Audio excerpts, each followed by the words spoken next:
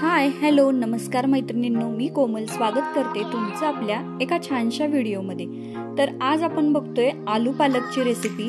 करायला अतिशय सोपी आहे पण तितकीच हेल्दी आणि टेस्टी आहे। सेम हॉटेलमध्ये जशी मिळते तशीच ही रेसिपी तयार होते, खूप छान टेस्टला लागते। चला तर मग रेसिपीला सुरुवात करूया। इथं मी मुगाची डाळ घेतलेली आहे, मुगाची डाळ धुवून घेतलेली आहे। त्यानंतर दोन बटाटे घेतलेले आहेत, ते बटाट्याच्या साली काढून मी कट करून घेते। तुम्ही आपण नेहमी जसा बटाटा उकडतो तसाही उकडून घेऊ शकता, आपल्याला उकडलेला बटाटा हवाय।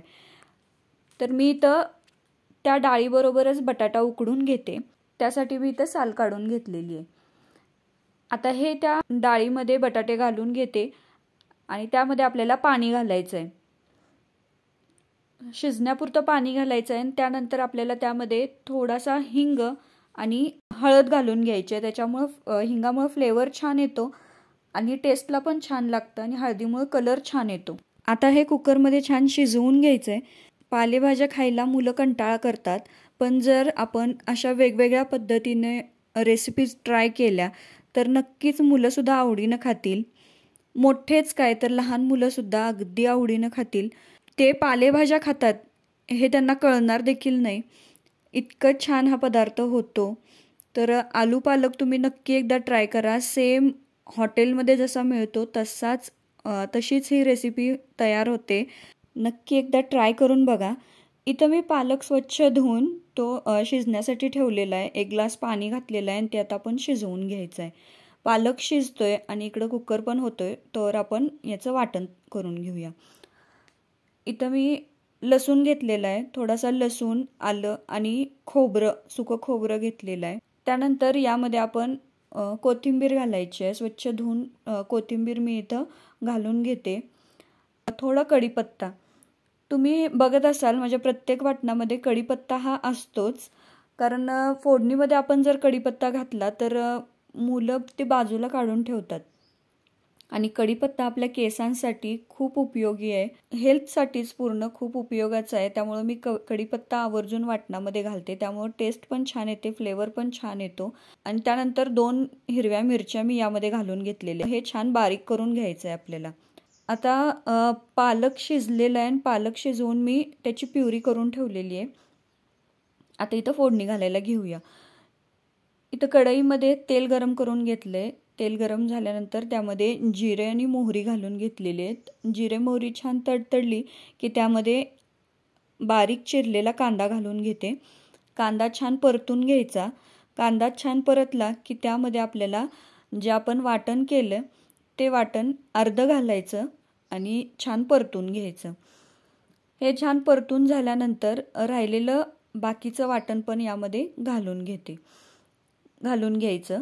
त्यानंतर यामध्ये कांदा लसूण मसाला म्हणजेच आपली कोल्हापुरी चटणी यामध्ये 2 चमचे मी घालून घेते, तिखट तुम्ही तुमच्या आवडीनुसार कमी जास्त करू शकता।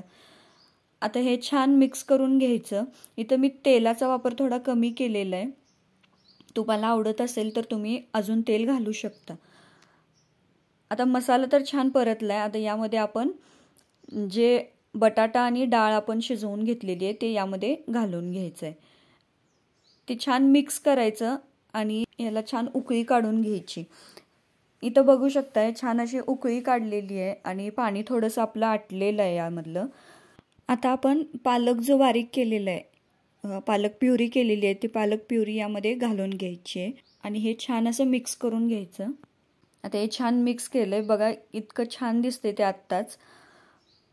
आता मी हे बटाटे थोडेसे स्मॅश करून घेते, तुम्हाला जर तसेच आवडत असतील तर तुम्ही तसेच ठेवा।